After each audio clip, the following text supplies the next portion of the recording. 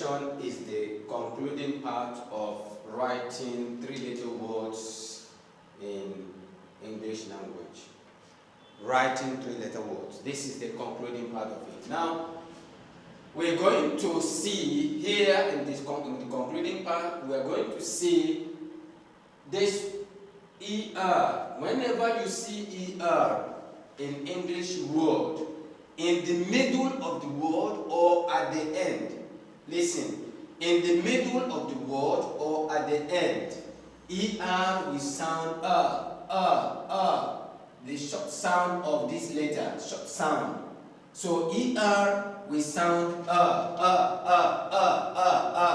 Now we're going to use that ER, we're going to add ER to these letters and we see how they will sound. We see how they are going to sound.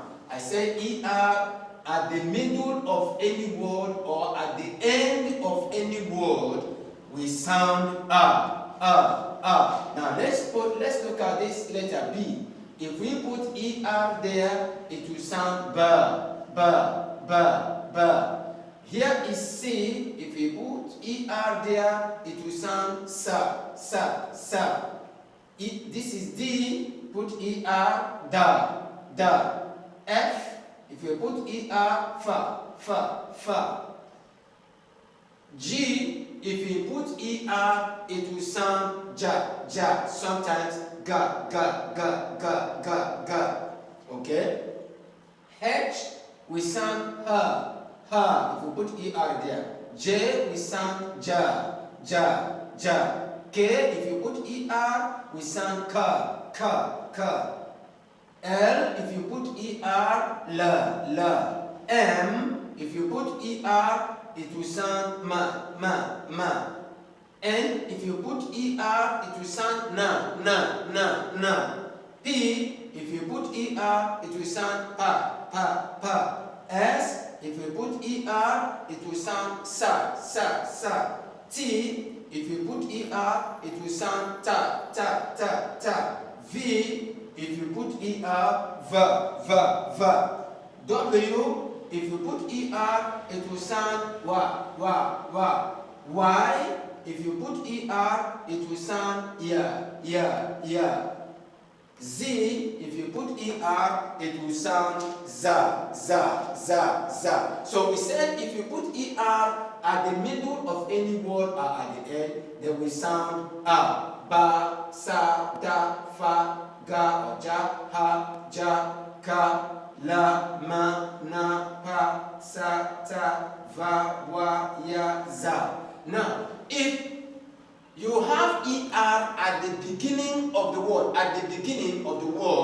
then E and R will be separated to sound just like you have short sound.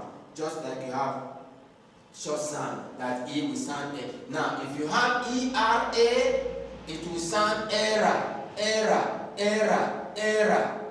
Here we sound okay?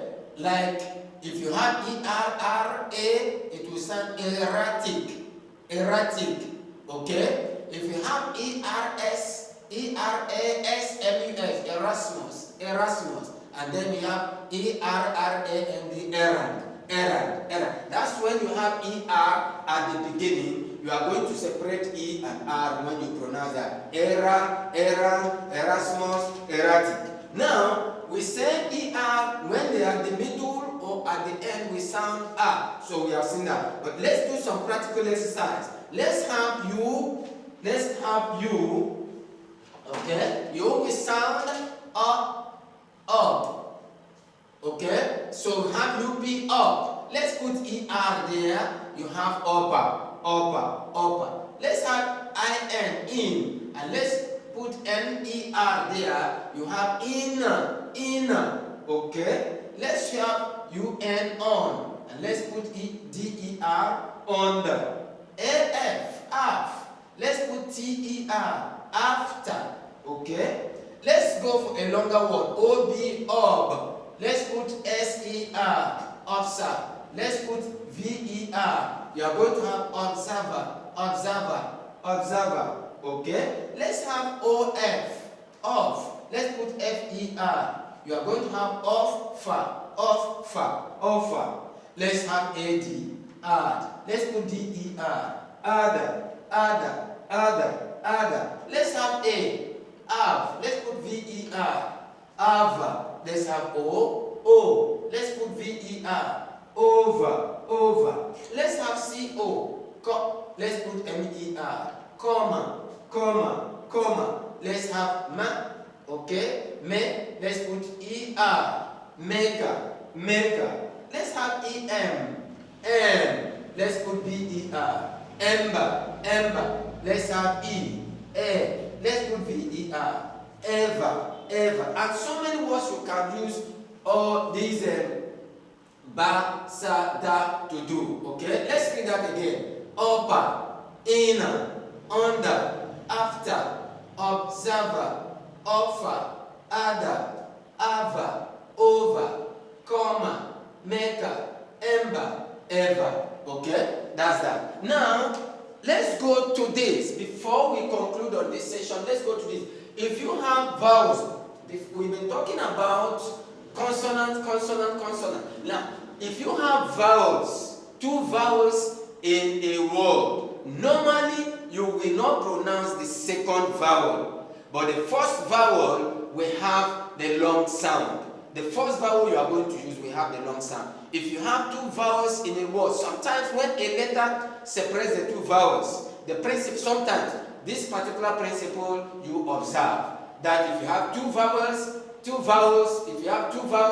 you pronounce the first vowel with the long sound and you leave the second vowel. Okay? Let's look at that. If you have A and I, now you are going to pronounce A and leave I. Don't pronounce two of them because we don't do that. Two vowels in the word. Now here you are going to have air. So you are going to have this and you leave this. You are going to have the A, you leave the I. You have this A, you leave the I, you have M. You have A, you leave the I, you have M. Okay? You are going to write them, but you pronounce them that way. If you have EA, you are going to use E, you leave A. So if you have PEAR, you are going to say P, you leave A. SEA, SPEA, you are going to take E, you leave A. If you have SEA, you are going to take E, you leave A. So it's going to be C, because you are going to use E to pronounce that. If you have TEA, you are going to take E, you leave A. So it's going to be T.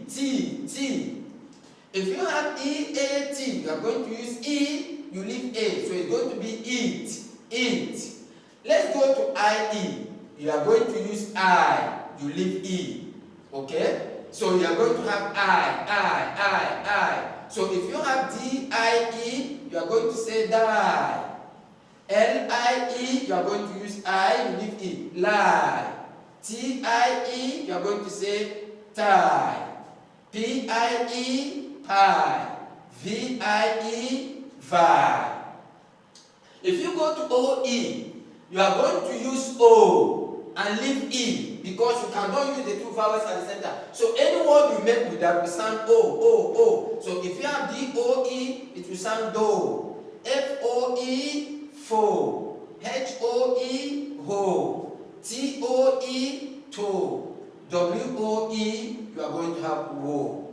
Now, UE, you are going to use U, leave E, because there are two vowels, you are going to leave the second one, take the first one with the long sound, U. So if you have CUE, you are going to say ku. DUE, do. HUE, who. RUE, ru. SUE, su. Now, if you have AE, you are going to say A, leave E alone. If you have such word like this, you are going to say aeroplane, or aerobic. So, if you have two vowels in a word, you are going to use the first vowel to pronounce that word. Leave the second one. Sometimes, when you have a letter separating the two vowels, you still observe this particular principle. I say sometimes because there are exceptions. There are exceptions to the particular rule, but that's the general rule. Okay? That's the general rule. So you have to observe that when you are pronouncing English words. So, if you like this particular video, please share, subscribe, and give us a thumbs up.